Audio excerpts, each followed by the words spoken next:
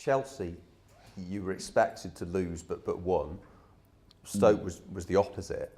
Has what happened in those two games almost reinforced your view of how unpredictable the league can be, and the fact you need to be on it for every game? I've always said that. I think any game of football, you have to be right on it. I don't think it matters who you're up against, or if you fall below standards you've set yourself, then things like that can happen. And as I said, the contrast in performances from Chelsea to Stoke was night and day, really. And you just got to make sure that doesn't happen to you again, because every game in this league you have to perform. You generally, though, over the last couple of seasons here, have got a response, haven't you, when they haven't put in a performance? Well, that's one thing I've always found, Jack, that the lads have always come out, try to rectify it, and I'm pretty sure Saturday will be the same. You might say it's a good time to play United, but you could also argue it's a tricky time with what happened against City in the week. It makes me smile because they're still a right good side. The players have got still a right top side. They're having a really hard time due to their really, really high standards. That's the difference. Their high standards they've no hit the heights of which they've become accustomed to, and all of a sudden they've been beat pretty heavily with certain sides. And Mr. Alex leaving and new manager coming in, it's easy for people to criticise at times. So, but they're still a good side. They've got a big squad with the European commitments as well. They've chopped and changed the lineup quite a lot. Does that make it harder for you in terms of preparation? I know you focus mainly on your own team, but it's difficult to know who they're going to play, really. Well, their team from West Ham was different from what played Manchester City, really, and it could happen again because they've got Bayern in midweek, and but they've got that many players that they could, as you say, they could change however they want to change. So, but regardless who they pick, it'll still be a really hard game. Yeah, there would be an argument to suggest that perhaps they'd have one eye on Bayern Munich, but you'd think that they'll be the view they owe it to their fans to put in a performance here as well. I think they've been badly hit by what happened the other night, and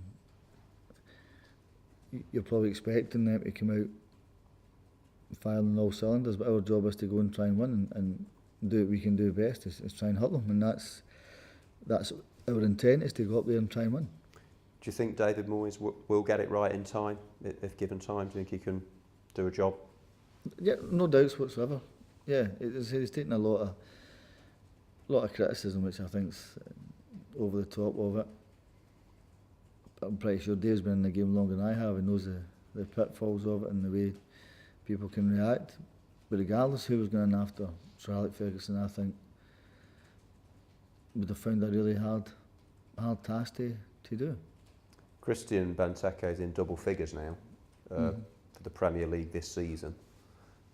You know, he's the type of player who could have a run and even get close to what he achieved last year. The thing of late, he's playing well. He's definitely playing well. I thought his performance on Saturday was probably one bit of positive we could take from it. So and his goal was great. It's playing with a lot of confidence, and if you can keep that up, he'll be a handful. And around this time last year, Gabby Bonnehour went on a decent scoring spree.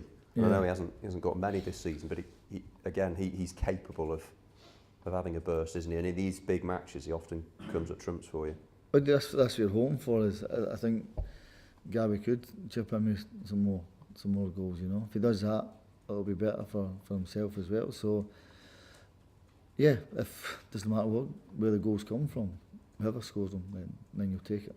And your players do so often rise to the big occasion. I know you want them to show the same focus and the same level of performance every week, but when the big crowds, the big matches, the spotlight's on them, they've produced, haven't they?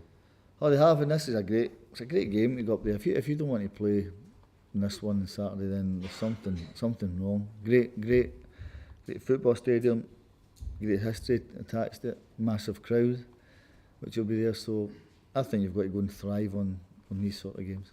We've just had one of the highest scoring weekends in Premier League history.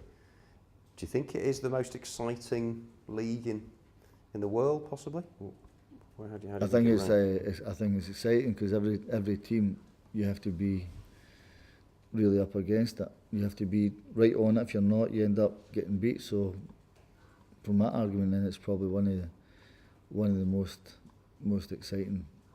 But the Spanish league this minute in time also is exciting with the athletes going. So, generally, Bayern have walked away with it. So, the Premiership is an extremely tough league. And Barclays, the sponsors, have just conducted a poll on away supporters, and Villa's are the third loudest behind, I think it's Manchester United and Liverpool, which I guess you wouldn't be surprised by that, would you? Because not with the following we've got, no, in the way they are, but the way fans on Saturday will go up there and make themselves heard, I'm sure. Yeah. Just finally, any injury news? Obviously, Andreas and Kareem went off. Andy's okay. Kareem's is struggling at the minute, but Andy's okay.